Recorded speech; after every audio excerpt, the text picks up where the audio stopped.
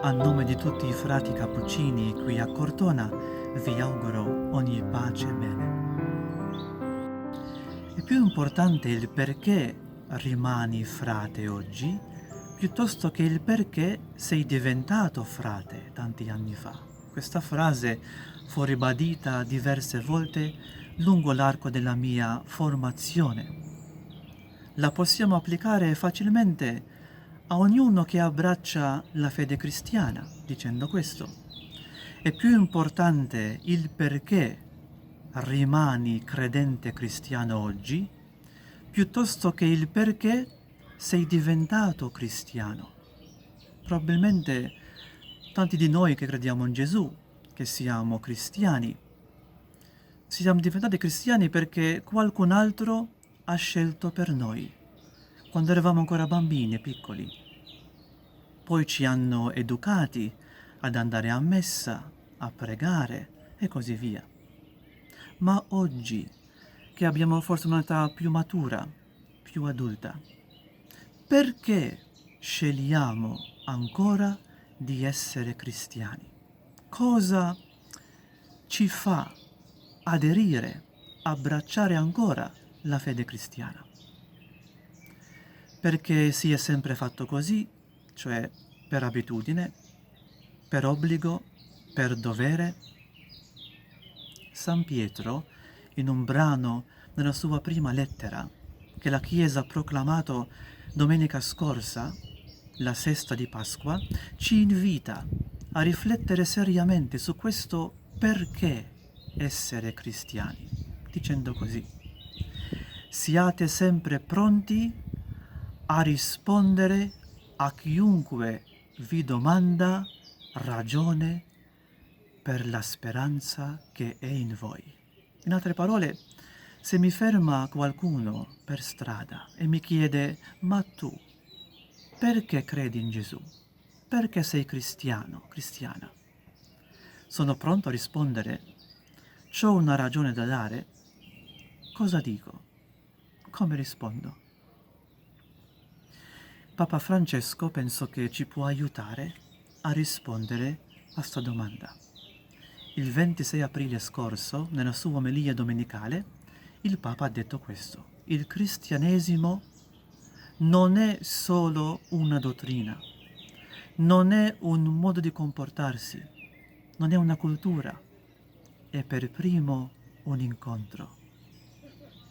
Una persona è cristiana, ha detto il Papa, perché ha incontrato Cristo Gesù, perché si è lasciato incontrare da Lui. Ma che significa esattamente in concreto incontrare Gesù Cristo? Non è facile verbalizzare questa esperienza. Possiamo dire questo, che nella vita spirituale arriva il momento in cui mi sento profondamente convinto che Gesù esiste, che Gesù non è una favola, ma è vero, che Gesù è una persona vivente, un Dio vivente, che mi vuole bene fino al punto che è morto per me, sì. Mi sento voluto bene da Gesù Cristo. Questo significa incontrarlo, essere persuasi che Lui ci ama, che Lui ci vuole bene, e tanto bene, indipendentemente di ciò che abbiamo fatto, di ciò che ci è successo, di ciò che siamo.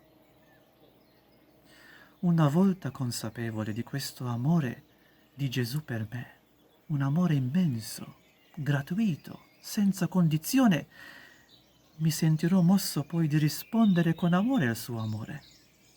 E così faccio un passaggio da credere perché devo, perché c'è l'obbligo, a credere perché voglio. Da una fede basata sul senso dell'obbligo, del dovere, a una fede che si basa sull'amore. Che meraviglia, carissimi, quando la fede la riscopriamo in questa nuova chiave, ovvero l'innamoramento con Gesù Cristo, che ci ha amati per primo, si è donato per noi sulla croce.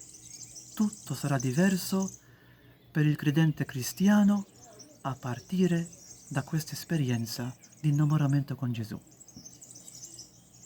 Il gesuita saggio, e direi santo, padre Arrupe, riassume questa esperienza in queste sue parole. Innamorati o lasciati innamorare, perché niente può essere più importante che incontrare Dio, vale a dire innamorarsi di Lui in una maniera definitiva e assoluta. Ciò di cui ti innamori catturerà la tua immaginazione e finisce per lasciare la sua orma su tutto quanto. Sarà quello che decide che cosa ti farà alzare la mattina dal tuo letto, cosa farai nei tuoi tramonti, come trascorrerai i tuoi fine settimana, cosa leggi, cosa sai, quello che ti spezza il cuore, quello che ti travolge di gioia e felicità. Innamorati, rimani nell'amore e tutto sarà diverso. Carissimi, chiediamo questa grazia a Dio oggi, al Signore, che viviamo una fede non mossa più dal senso dell'obbligo, dal dovere, ma una fede che si fonda, che si basa, che si centra su questo innamoramento con la persona adorabile di Gesù Cristo, che può veramente illuminare la nostra vita, la nostra storia, tutta la nostra esistenza.